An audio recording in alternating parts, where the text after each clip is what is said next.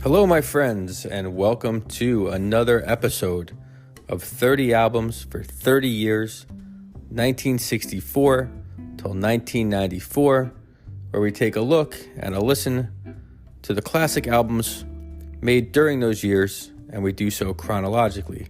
So that's 30 albums for each year. I am your host, Jay Sweet. Today we're going to check out the album Folk Singer by the great Muddy Waters. The album was released on January 30th, 1964 on Chess Records and was recorded sometime in September of 1963. Let's check it out.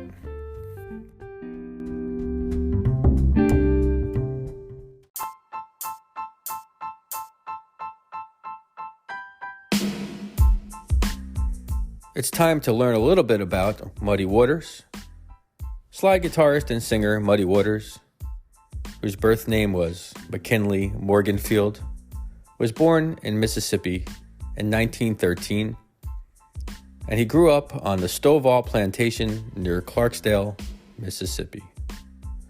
This area produced several fine musicians, including Son House, Willie Brown, John Lee Hooker, Ike Turner, and Sam Cooke. Muddy Waters grew up very poor. His mother died when he was only an infant. His grandmother raised him in a small cabin and gave him the nickname Muddy because he enjoyed playing in the mud.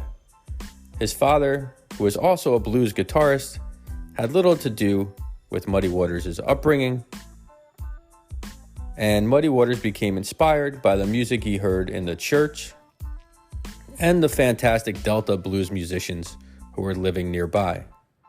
He began playing the guitar around the age of 17, and in 1941, Muddy Waters came to the attention of musicologist Alan Lomax.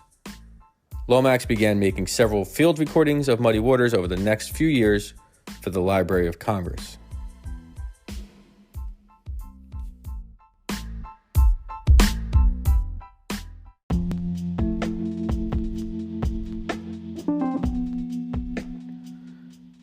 In hopes of finding more opportunities and a culture that was more racially tolerant, Muddy Waters headed to Chicago around 1943.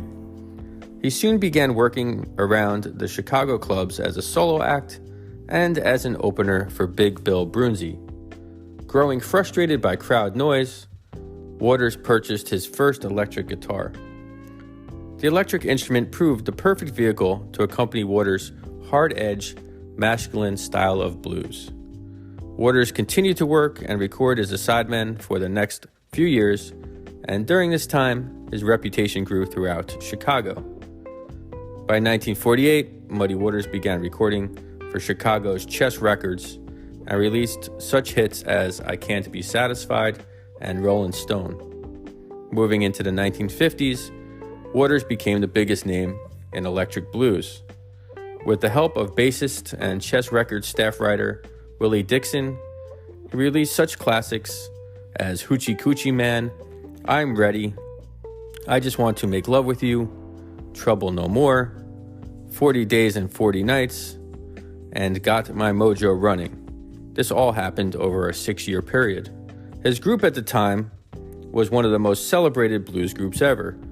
The unit incorporated Little Walter Jacobs on harmonica, Jimmy Rogers on guitar, Otis Spann on piano, and Elga Edmonds on the drums. By the end of the 1950s, many of Waters' contemporaries and those he influenced created great competition for him in the States. Expanding his audience, he traveled to England and other European countries and began spreading his brand of electric blues internationally. His performances and recordings heavily influenced many young white Europeans and guitarists such as Eric Clapton, Keith Richards, Brian Jones, and Jeff Beck.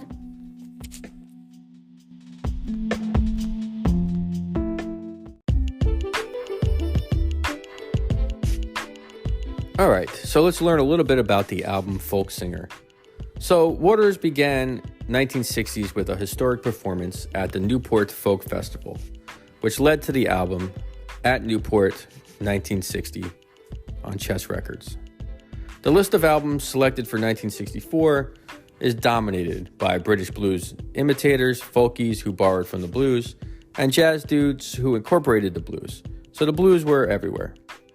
When the Rolling Stones and the Beatles and the Animals and other bands from the British invasion offered their covers of blues tunes, authentic blues innovators like Muddy Waters was now becoming more recognized by a more integrated audience.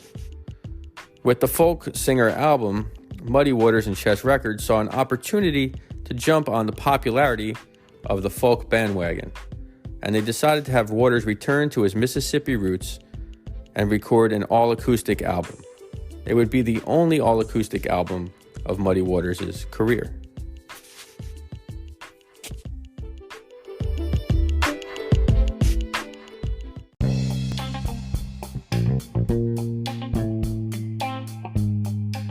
Okay, so now it's time to get bluesy. Let's put the needle on the record and begin at the beginning with track number 1, My Home is in the Delta. The cut opens with some serious slide guitar played by Muddy Waters. Lyrically, the track speaks to Waters' return to his Delta roots. Accompanying Muddy Waters on the cut and on most of the album is Willie Dixon on the bass, who also produces the record, and Buddy Guy on the guitar, along with drummer Clifton James. The combination of Buddy Guy and Muddy Waters works fantastically on this signature cut, My Home is in the Delta.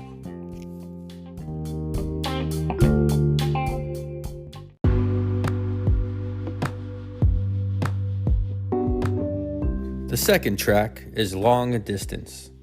The song is a slow and sexy, down-homey blues with some fantastic guitar work by Muddy Waters and Buddy Guy.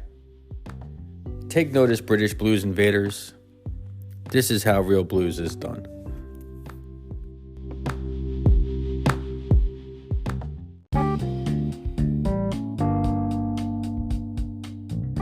Track number 3 is the Willie Dixon original, My Captain, which is one of only 3 tracks on the album not written by Muddy Waters. On the cut, the bluesman takes his time. The track clocks in at about 5 minutes and 13 seconds. On it, Muddy Waters is left alone and displays a preaching quality and a rhythmic looseness that is consistent with early Delta blues. His guitar work on the cut is a masterclass of blues guitar playing and pacing. Great music puts the mind in a different place, and this track certainly does this. Now, as with most blues tunes, the lyrics are about hardship.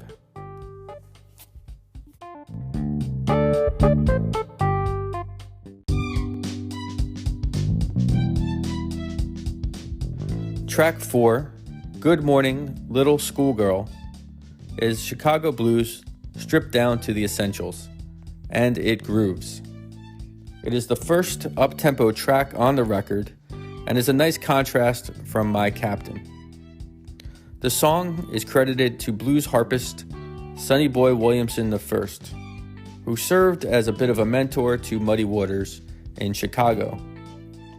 Williams's version was recorded in 1937, and then later it was recorded by Leroy Dallas, Smokey Hogg, Joe Hill Lewis, John Lee Hooker, Lightning Hopkins, and Mississippi Fred McDowell before Waters recorded his version. Following Waters' release, the Yardbirds with guitarist Eric Clapton recorded their version. Good Morning, Little Schoolgirl is an album highlight for sure.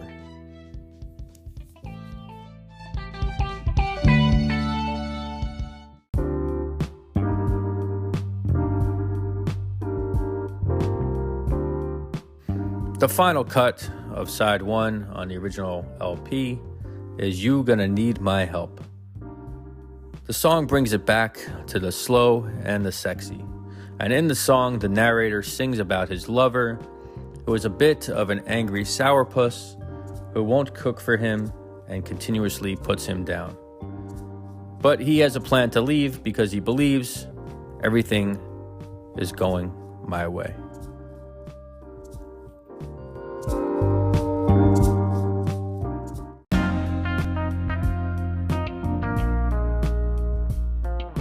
All right, it's time to flip the record and drop the needle on side 2.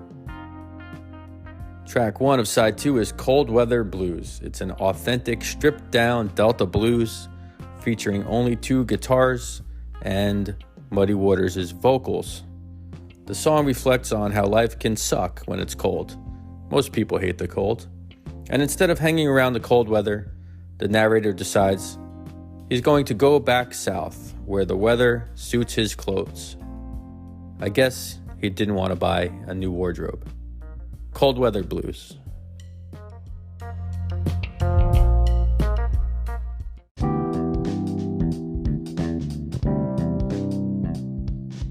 Track number 2 of side 2 is Big Leg Woman.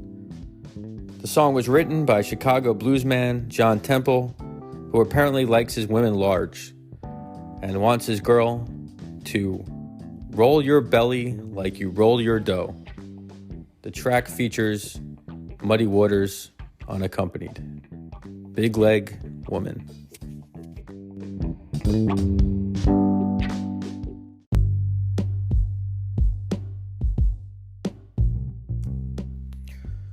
Track 3 is the Muddy Waters classic, Country Boy.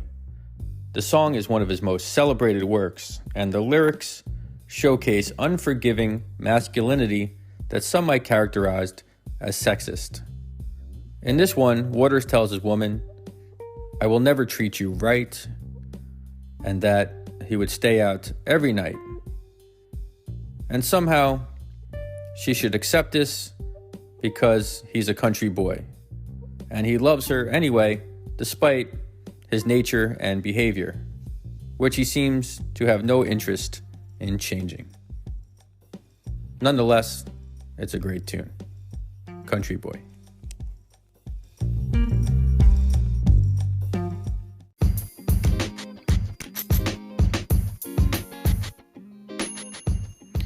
The final track of the original LP is Feel Like Going Home. Now, later releases offer as many as 5 bonus cuts. Feel Like Going Home showcases some great acoustic slide guitar playing, and this is another solo track by Muddy Waters. Lyrically, it seems that the narrator is telling us that his baby won't stop her evil ways. It appears that maybe she stole his stuff, and that he has to find her or someone will bury him. Maybe he owes somebody money. Blues doesn't get any more real than this track. Feel Like Going Home.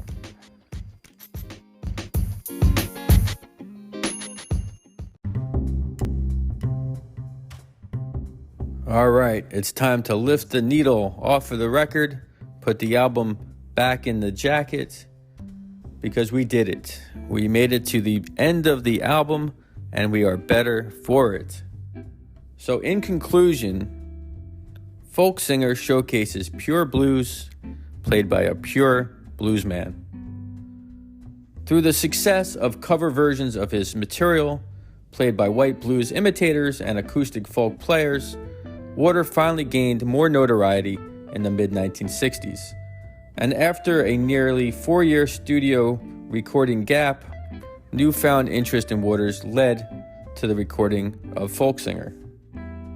The album is a fantastic, stripped-down presentation that has great honesty and integrity. For his efforts, Muddy Waters has been inducted into the Blues Hall of Fame, the Rock and Roll Hall of Fame, and has received a Grammy Lifetime Achievement Award. Muddy Waters is truly one of the great American artists.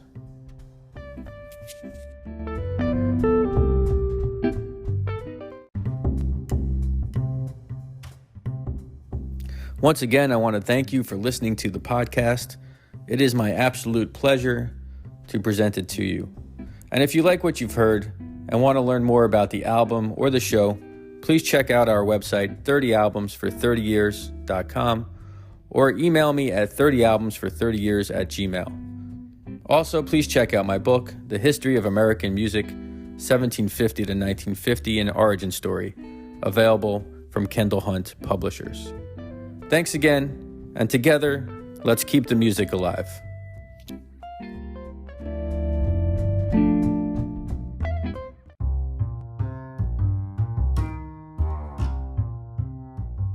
All right, my friends, thanks for sticking around for the bonus recording. For this one, I do a little version of Big Legged Woman, kind of a 2-guitar thing, home recording, not high production as always. And, I tried to stick to sort of the Muddy Waters vibe on this one. So I hope I capture it. Hope you dig it. Enjoy.